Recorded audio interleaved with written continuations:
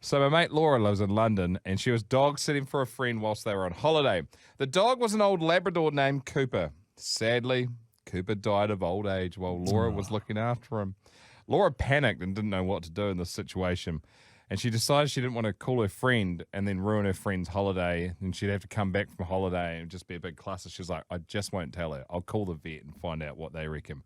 So the vet told her to bring Cooper in and they could cremate him and then have Cooper ready to hand over when they got back from holiday. Oh, this sounds good already. So living in London, it also meant that Laura had no car, so had to use public transport. Oh, my God. So Laura found the largest suitcase she could find and put poor old Cooper in it and headed to the bus stop. Why? Just jam it in the freezer. As you, Buy a chest freezer.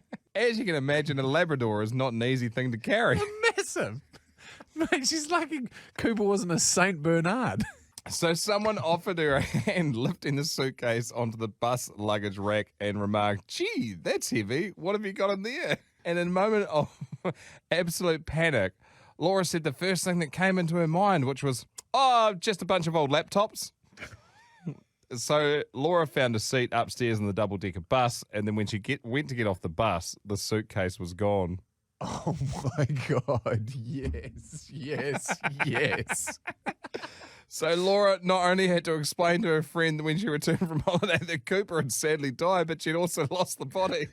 Some miserable prick would have been sitting there going, yeah, a lot of money in laptops. As soon as she goes upstairs, they're mine. So the silver lining, says Cap, is that somewhere in London a thief opened a suitcase thinking he'd hit the jackpot with a bunch of laptops and found a dead dog instead. And funny enough, Laura was never asked to talk to it again. This is titled Why We Shoot Deer in the Wild. This is a letter from somebody who wants to remain anonymous, who farms and works well, and actually tried this. I had this idea that I could rope a deer, put it in a stool and feed it up on grain for a couple of weeks and then kill it and eat it. The first step in this adventure was getting a deer. I figured that since they congregate at my cattle feeder and do not seem to have much fear of me when we're there, it should not be too difficult to rope one. I filled the cattle feeder and then hid down at the end with my rope. The cattle, having seen the rope thing before, stayed well back and they weren't having any of it. After about 20 minutes, my deer showed up, 3 of them. I picked out a likely looking one and stepped out from the end of the feeder and I threw my rope. The deer just stood there and stared at me. I wrapped the rope around my waist and twisted the end so I would have a good hold. Good idea. The deer just stood there and stared at me. I took a step towards it. It took a step away. I put a little tension on the rope and then received an education.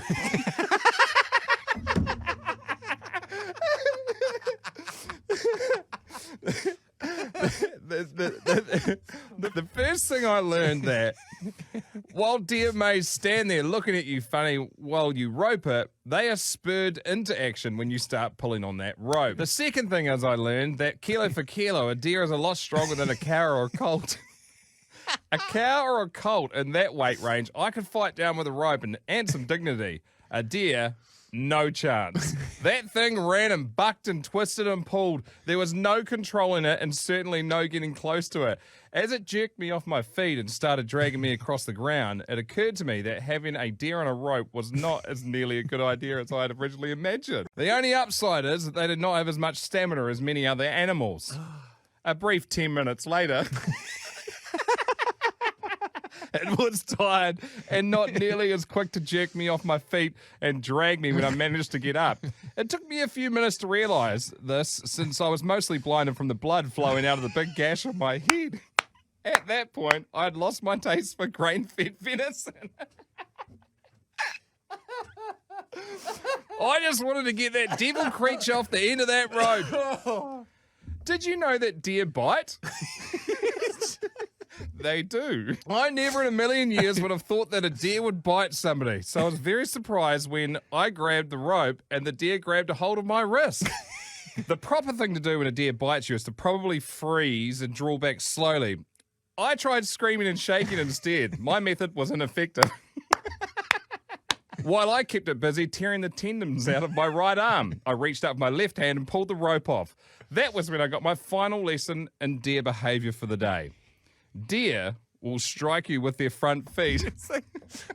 They punch like boxers. They rear right up on their back feet and strike right about the head and shoulder level. And then their hooves are actually surprisingly sharp.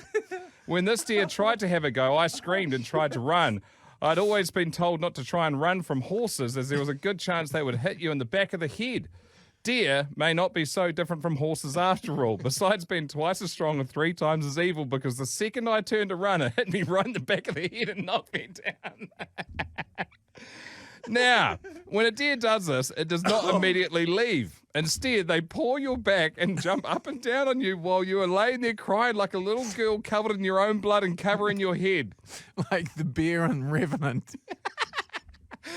I managed to finally crawl under the truck and the deer went away. So now I know why people take rifles with a scope when they go deer hunting. It's to even the odds. All these events are true, so help me, Jesus, from an educated farmer. Wow, that is an absolutely wild and epic yarn. This is the product review from Amazon. My neighbours have been complaining that my dog had been barking. I hate the electric zap collar, so I went on Amazon and purchased a humane citronella collar. When a dog barks, it shoots a blast of citronella under the nostril, and apparently they don't like it.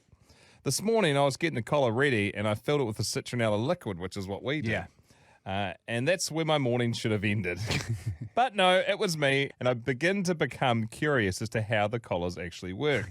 You know. So I'm standing by my back door barking at my dog's collar. Nothing happens. I make sure it's turned on, check the fill level, and go through the getting started checklist one more time. Again, I bark. Nothing happens. Now, I'm not quite sure why I had this next thought, but I did. I put the bark collar on. I seriously extended the band and fit the growl box against my throat and barked. Apparently the collar only works when it feels vibrations, because I immediately received a blast of citronella to the face. That's horrible.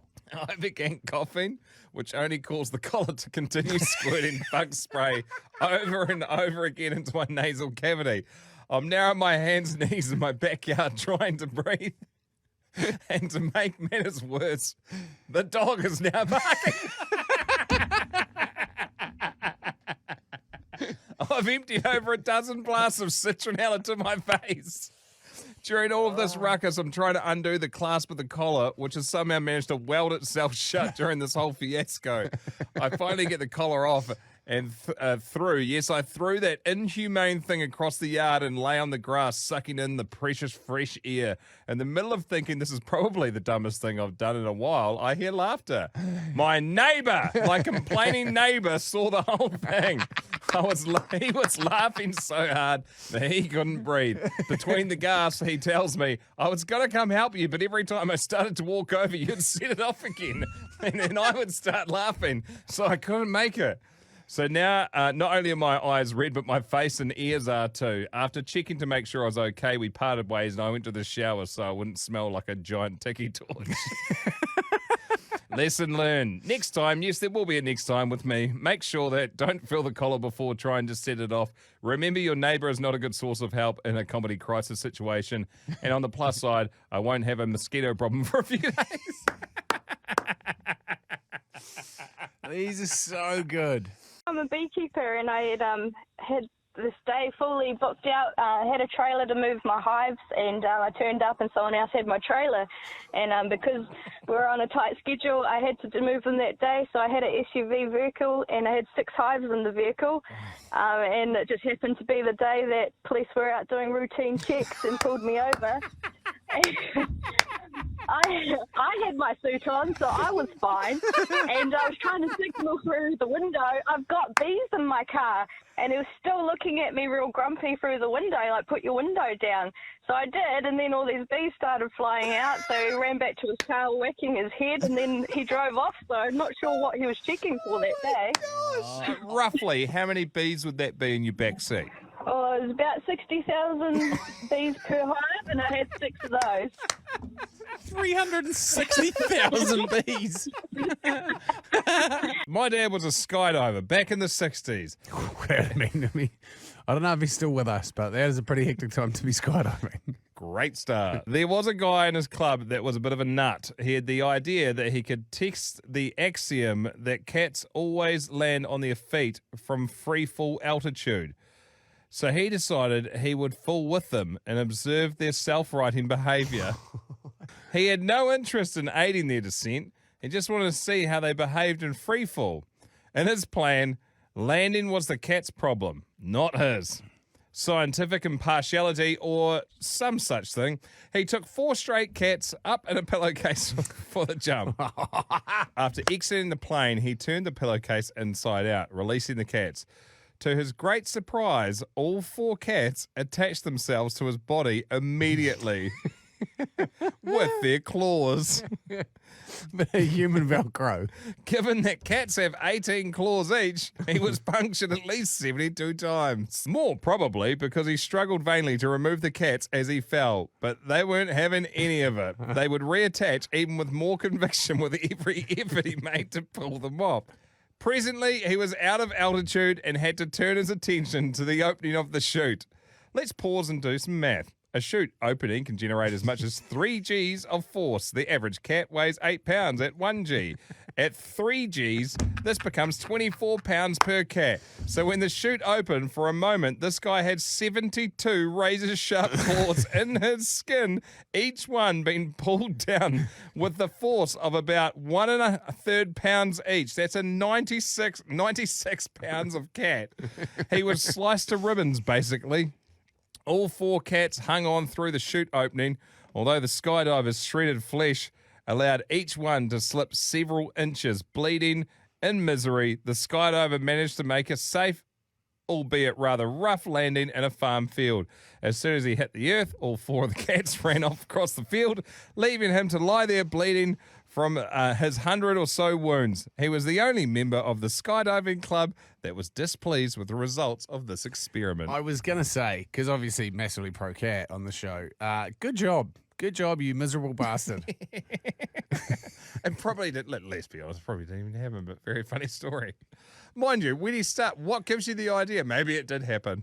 Yeah. We'll never know. Cats have fallen out of windows on like the 32nd floor of like an apartment building and landed on the footpath and just walked away. Yeah, you put unscathed. You put it in slow-mo, you zoom in on their mouth, they always go, not today. Mellow animal, gnarly injury. What was the animal? What was the injury? I had this stray cat, and it had come in a couple of times into the house. So one night I heard it go through the cat door because I knew our cat was on the bed. So I got up and went and locked the cat door so it couldn't get out. As I'm trying to catch it, running around the house, when I did finally get it, it bit through my thumbnail. It was not nice. You're not alone. It turns out there is a large number of texts that have come in too that have been feline faux pas, I guess you could call them. First cab off the rank, mate of mine has a couple of scars on his arm. He got them when he farted. He was holding on to his cat. At the time it leapt out of his arms, it tore him to shreds, drew blood. This one's all right. Neighbour got his finger bitten off by a cow. Just why?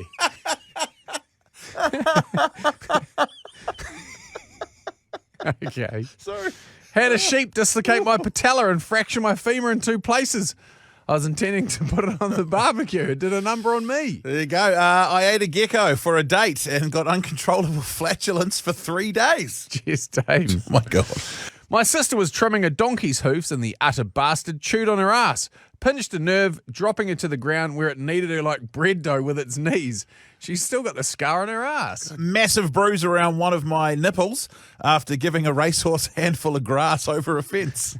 Blobby, thank you for your text. A llama bit my willy when I was a kid. And we'll wrap it up there. Some kid got his dick bitten by a llama.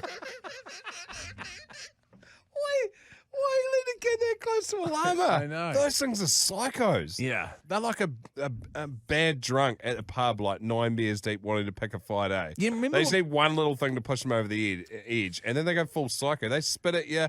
They'll chew your face off, or your dick. We had obviously. Laura the vet. Oh yeah. And so there were 2. Not her. The story that was you're it talking about. alpacas or one of them? Anyway, Llamas, same I sort of think. thing. And they've got these massive tusky teeth that come out, and basically what they've got, 2 male llamas get into a fight, they basically try to castrate the other one as a way of cutting off their bloodline and basically making sure that they're no longer able to have any offspring. And so she had these two that were been best mates forever, but they'd never had a haircut. And then when they got the haircut, one of them thought the other one wasn't what they were. They got mixed up because they didn't look the same. And they fought each other, ripped the nuts off one of them, and he died. So he was going through the process of like, testicles. "Hey, where's Bob gone? Well, you're not Bob." And ripped his nuts off. And he's like, "Oh my God, that looks like Bob." What did you do with Bob? I'm going to eat you. I'm Bob. You're not Bob. You look different. I'm going to bite your testicles off. And then figured out, "Oh, it's Bob. Sorry, I didn't know you had a haircut." Terrible day. I was telling you I was Bob all the way along. Oh, yeah, because it painful. Ripped its nuts off, perforated its arsehole, and then it bled to death. Yeah, it wasn't good. Wasn't I mean, you're pretty hard to come back from that. Yeah. Name a person that's come back.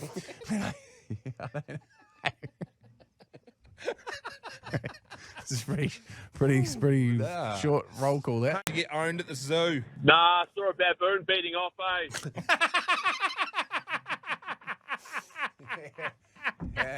I don't know if that's good for radio, but I just thought I'd chuck that out there. Hey, mate, it's out there. It's definitely out there. Thank you very much. Cheers, Sammy. That's great stuff. That's where you end a phone topic like this. One and done. That's how we like to roll. I've been crying in my room for 2 hours now. I was making some salad dressing in the kitchen with my pet hamster, Manny. I let him roam around. Welcome back, mate. Good poo? Yeah, it was great. Wrung myself out like a flannel.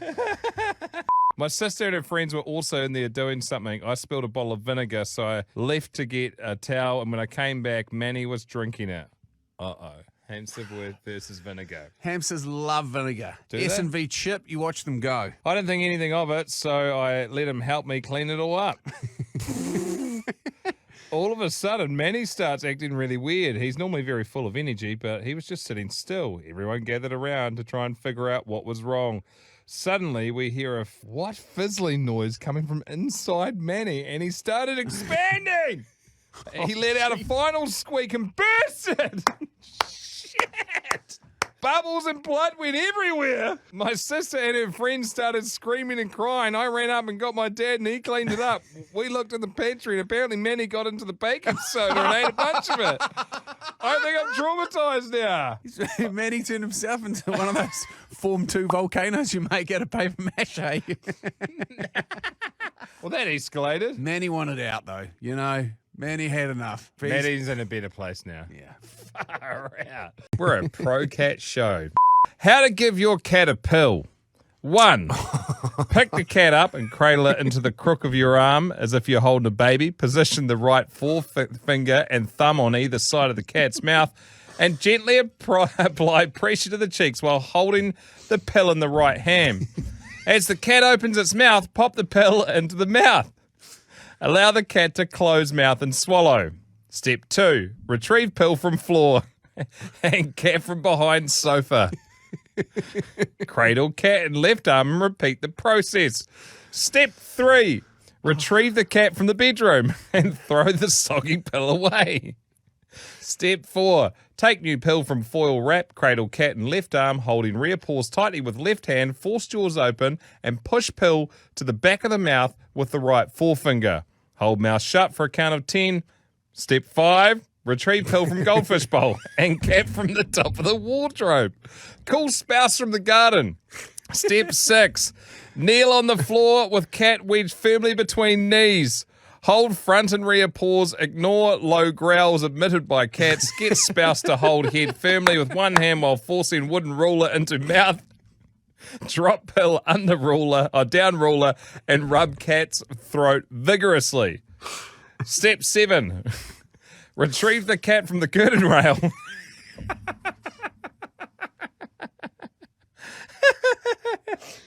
And get another pill from foil wrap. Make a note to buy new ruler and repair curtains. This is great. Carefully sweep shattered figurines and vases from hearth and set them aside to one day glue back together. Wrap cat in large towel and get spouse to lie on cat with head just visible from below armpit. Put pill inside end of drinking straw. This is good, though. Force mouth open with pencil and blow down the drinking straw. Check the label to make sure the pill is not harmful to humans. Drink one beer and to take the taste away. Apply Band-Aid to spouse's forearm and remove blood from carpet with cold water and soap. Step 10. Retrieve the cat from the neighbour's shed. Get another pill, open another beer, place cat in cupboard and close door onto neck. To leave the head shine, force mouth open with dessert spoon, flick pill down throat with an elastic band. Step 11. Fetch screwdriver from garage and put cupboard door back on hinges. Drink beer, fetch a bottle of scotch, pour shot, drink, apply cold compress to the cheek and check records for the date of the last tetanus shot. Apply whiskey compress to cheek to disinfect, toss back another shot, throw t-shirt away and fetch a new one from the bedroom. Step 12. Call the fire brigade to retrieve the effing cat from the tree across the road. Apologise to the neighbour who crashed into the fence while swerving to avoid cat. Take the last pill from the foil wrap. Step 13. Tie the little bastard's front paws to the rear paws with garden twine and bind tightly to the leg of the dining table. Find heavy-duty pruning gloves from shed. Push pill into mouth, followed by a large piece of steak fillet. Be rough about it. Hold head vertically and pour 2 pints of water down the throat to wash the pill down. Step 14. Consume the remainder of scotch. Get your spouse to drive you to the emergency room. Sit quietly with the doctor while getting stitches in fingers and forearm and remove pill remnants from your right eye. Call furniture shop on the way home to order a new table. Step 15. Arrange for RSPCA to collect mutant cat from hell and call local pet shop to see if they have any guinea pigs. How to give a dog a pill. Wrap it in cheese.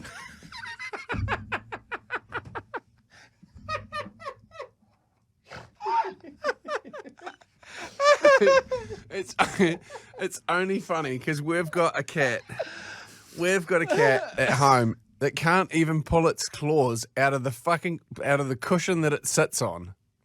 But when we tried to put a pill into its mouth, it was like holding an angle grinder with no guard.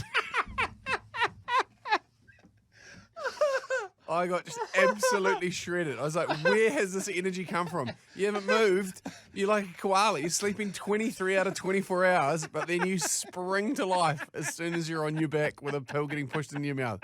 It smashed me like a hole puncher down every single one of my fingers.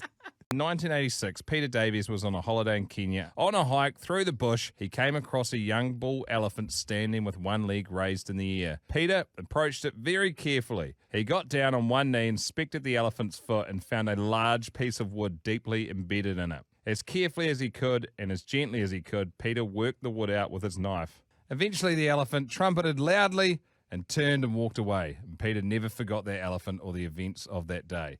20 years later, Peter was walking through the Chicago Zoo with his teenage son.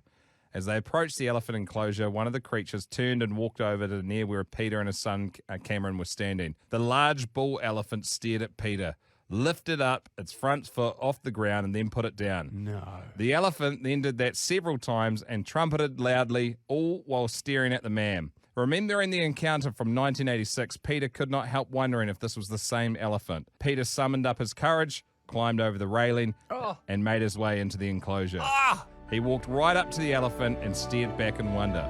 The elephant trumpeted again, wrapped its trunk around one of Peter's legs and slammed him into the railing, killing him instantly. Probably wasn't the same elephant. This is for anyone who sends me those heartwarming bullshit stories. My 8-year-old son absolutely loves chickens. We were talking about getting a couple and what would we call them. I think we have settled on two of the best. First chicken will be called Max, so he is Max Chicken. And the second one will be called Cluck Norris. What are some other awesome names out there? Boy, do we have a very good list for you. My ducks are called Michael Quackson and James Pond. Also, one of my hens is called Jennifer Aniston, and the other one is Gwyneth Paltrow. There's a farmer near me that has a bull called Big Willie. He takes great delight in asking folks around the district if they'd like to see his Big Willie. Asked my father what I should call my new cat a few years back, and he said, and I quote, "Just Pussledoo. I'm now on Pussledoo number 3 after After number 1 met his end by wolverines, number 2 almost made it across the highway, and Puzzle Do 3's brother's name is Phil Collins Mustard Tiger. Phil Collins Mustard Tiger. My rooster is called David Peckham. Friend of mine had 2 lambs, roast and sandwich. Mates in Australia have a pet pig named Kevin Bacon. And back to the chickens as well. We've got Dora the Egg Explorer, Hen Solo, Princess Leia, and Margaret Hatcher. She's the grumpy one. It's got 2 cats, Mac and Roni. Sarah Holm. My mum adopted a great big rabbit called Dave. He used to live free range in the backyard. But because the neighbour's name was also Dave, she had to change it to avoid confusion as to who she was yelling at in the backyard. Do you think a rabbit would know its name? Pretty big ears. Freddie Nicholas says he had a lamb once called Lamborghini. Had a dog called Stay. Bloody thing would never come when we called it. I've got a mate with 2 alpacas. One's named Russell and the other one's called Fudge. Russell Packer. The other one is very good too. My cat's name is Ballless Sphincter. He's got no nuts and no tail. Just rolls off the tongue. Hey fellas, had 2 goats years ago, called them Briggs and Stratton. Amazing. My pug's name is Fatso. Gets a little awkward when I have to call the vet. Thank you, Chris. A mate of mine had a bull, called it Sonny Bull Williams. We had a ferret. His name was Merkin. Jeez, that's good. Jackpot Jesse's text us, you little beauty. Had a cow called Hugh Heifer. My mum had 2 goldfish called Cheap and Easy because they were exactly that. Host of a student who grew up with a cat called Tea-Towel. She told me one day it ran away and all her family were looking for this cat, yelling out Tea-Towel. My chickens' names are Bok Bok Biatch. Our son called our cat Mouse. Funny thing is he often sleeps in the dog kennel. Boy, that is one confused cat. I called my calf Dog and chucked a beware of dog sign on the gate. Managed to keep quite a few people out. My granddad had 3 whippet dogs. You know, the real skinny ones? He named them Whip It In, Whip It Out, and Wipe It.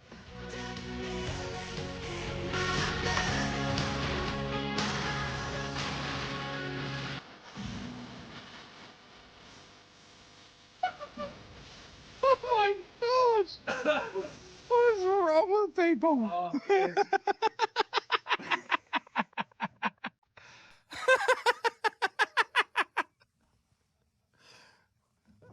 Oh, man, it's good to be back. Hey, guys, have I got a beauty for you? And he does.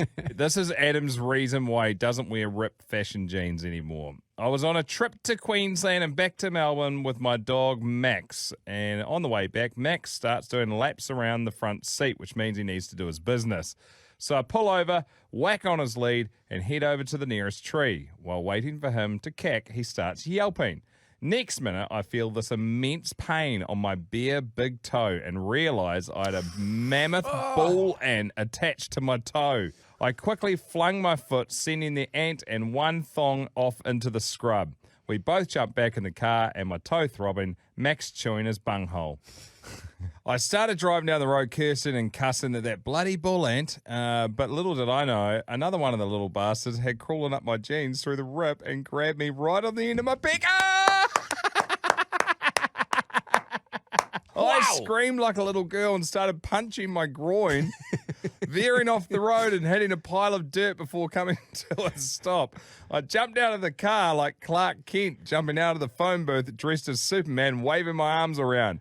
I eventually dropped my Dax and find the little bastard still attached to my Johnson. A passerby went to stop, but after seeing me with my pants down and whacking myself, he accelerated like Peter Brock on Comrade Straight. I finally get the invading miniature side cutter with a throbbing toe and throbbing knob. I pulled my pants up and went to inspect the damage done to my car to find out the mound of dirt that I'd hit was a fire ant toe. This gonna be it, but wait, it gets worse. Although the bite's not as fierce as the previously mentioned bull ant, I would argue this was more intense as I was covered in them from my knees down. This is so good. I pulled out my pocket knife and I turned my jeans into shorts and then used my jean legs to smack the ants off my legs. Finally, I got back into my car, Max looking at me like I'm the idiot, and then I drove off with him still chewing on his bunghole. Me throbbing with my big toe and my throbbing knob and my legs looking like I've shaved them with a blunt razor on fire.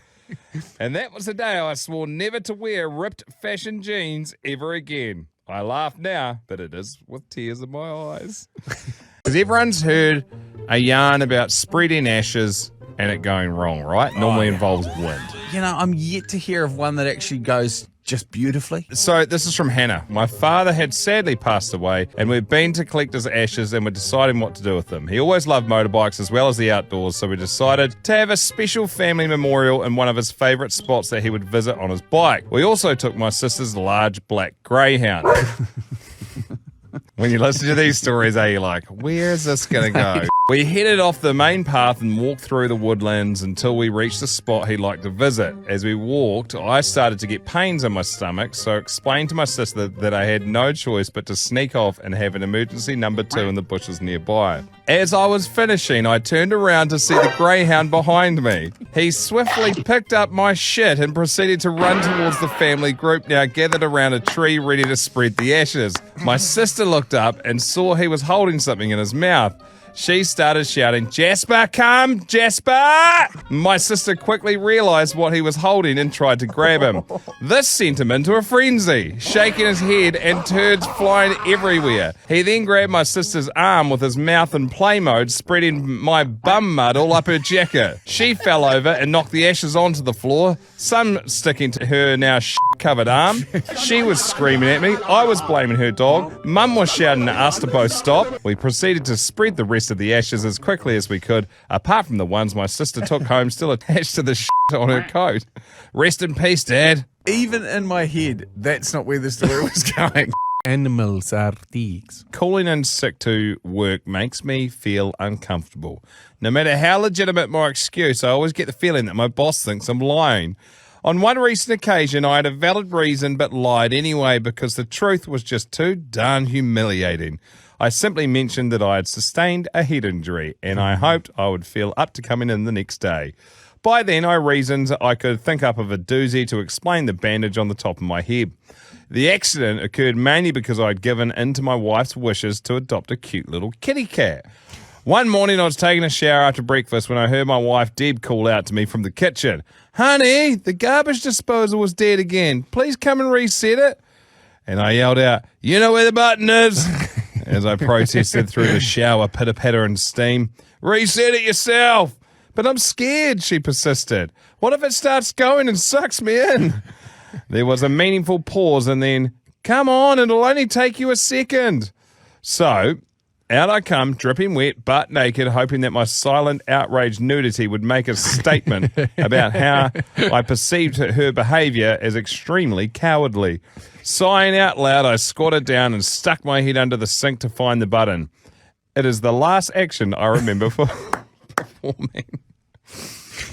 It struck without warning and without any respect due to my circumstances. No, it wasn't the hex disposal drawing me into its gnashing metal teeth. It was our new kitty, who discovered the fascination of dangling objects she spied that were hanging between my legs. She had been poised around the corner and stalked me as I reached under the sink.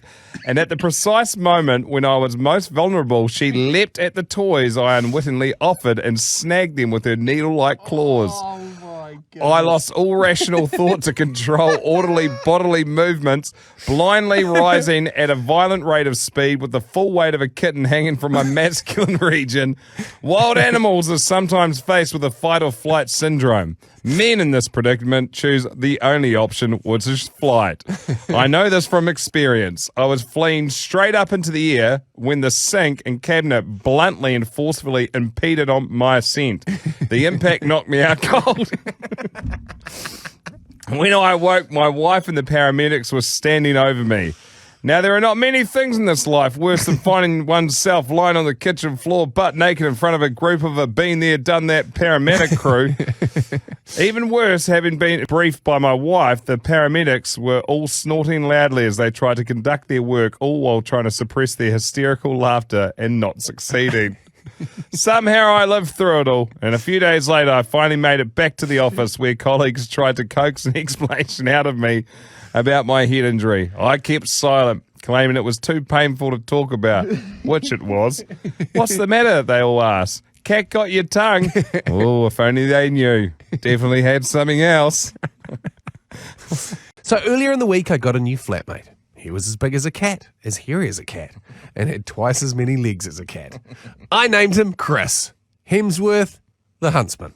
Chris appeared in the corner of my kitchen ceiling and would disappear on occasion, only to reappear in a different room the next day. Not seeing a huntsman in the kitchen is infinitely more terrifying than seeing a huntsman in your kitchen. Where has he gone? So on Sunday, Chris was off taking a nap somewhere whilst I was doing the weekly cook-up. This inevitably led me to needing the first aid kit. As I grabbed the kit off the top of the cupboard, I felt something give my finger a tap. Oh, yuck. When I looked, I realised it was Chris, tapping my finger with one of his many hairy, terrifying long legs, the look in his eyes, and the "you get one warning, lady." Naturally, I dropped the kit and did the one-legged dance favoured by those in the presence of predators, and once I'd calmed down and realised that Chris had held onto the box with 5 of his legs, he was using one of the others to smoke a cigarette, and the last 2 to sharpen his prison shiv. I realised that I could use this opportunity to relocate him outside. I picked up the box, headed to the front door, and this is where we both got an education. Oh, no, not again. Did you know that huntsman spiders can jump? They spread their legs and glide, eagle-like, with sniper precision, aiming for the face of their assailants. No! To see this baseball glove of an assassin hurling towards my face, I did the very practical manoeuvre of throwing the first aid kit up in the air, squealing like I was being murdered, and flapping my arms around. Chris had luckily landed on my chest. And as ample as it is, he thankfully slid off and landed on the floor. So naturally, he charged at me, and this is when my legs decided that... Hang on, so he's fallen off, and now he's lined her up and he's going to go again. He has been working out. So naturally, he charged at me, and this is when my legs decided that now was a good time for running. I sprinted across the bloody savannah like a rhino was chasing me and dived headfirst through an open window of the semi-trailer truck that we were living in. So as I looked down at the 8-legged death cat that literally made a thudding noise as it landed on the floorboard, I amazed both of us when I dropped into fight mode and kicked it out the door. This thing was big enough that I could kick it, and not only did it did I not squish it to death, it actually bounced off the opposite wall and ricocheted back towards me, landing in another spider's web. Now, it was his turn to do the one-legged dance as he freaked out because he had a spider web on his face. Unfortunately, in his panicked attempt to free himself, he ran back inside my house. And in my panic state to free myself of this bloody spider, I kicked him again. I'm not up for hurting animals. I'm totally pro-cat, just like you guys. Sometimes kind of pro-spider. But this thing was giving me the heebie-jeebies. Thankfully, this time he ricocheted off into a potted plant and decided to call it a day, scuttling behind the pot and hiding from my terrifying thong-clad foot. And give this tough mofo his dues. He took 2 kicks to the face and even bounced off 2 walls. Other than that, seemed pretty sweet as.